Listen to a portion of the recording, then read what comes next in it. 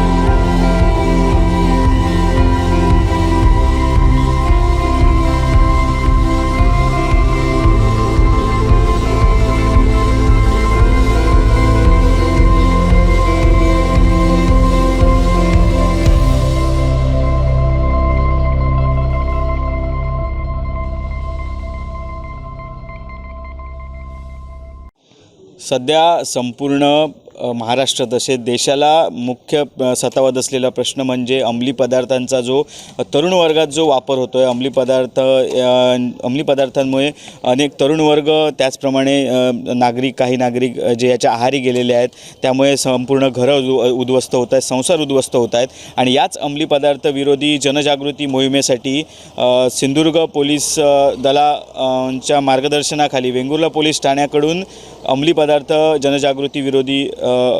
विरोधी जनजागृती मोहीम सुरू करण्यात आलेली आहे।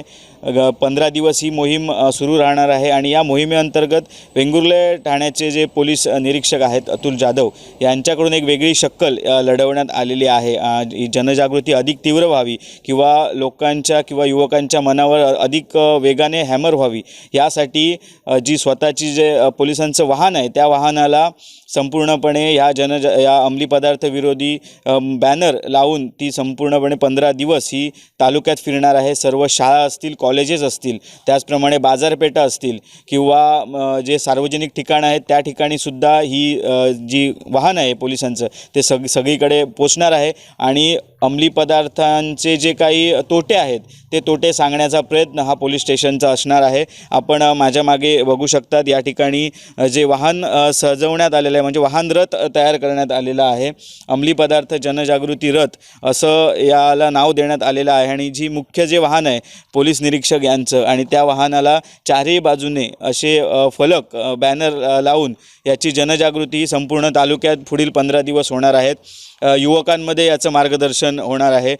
मी आपल्याला दाखवतो हे जे वाहन आहे संपूर्ण चारही बाजूने बॅनर लावून नशामुक्ती अभियान अंतर्गत हे सजवण्यात आलेलं आहे। माननीय पोलीस अधीक्षक सिंधुदुर्ग यांच्या मार्गदर्शनाखाली ही मोहीम वेंगुर्ला तालुक्यात सुरू आहे आणि अधिक तीव्र मोहीम व्हावी किंवा अधिक याचे जे तोटे आहेत अंमली पदार्थांचे ते नागरिकांपर्यंत पोहोचावेत, नवीन युवा वर्गापर्यंत पोहोचावेत की अंमली पदार्थ केल्यामुळे कोणकोणते तोटे होतात, यामुळे कशी घरं उद्ध्वस्त होतात याचे सुद्धा मार्गदर्शन हे वेळोवेळी पोलिसांकडून केले जाणार आहे। संपूर्ण तालुक्यात हे जे वाहन आहे ते फिरणार आहे आणि 15 दिवस पूर्णपणे प्रत्येक कॉलेजेस असतील किंवा सर्व बाजारपेठ असतील याकडे ही मोहीम अधिक तीव्रपणे राबवली जाणार आहे।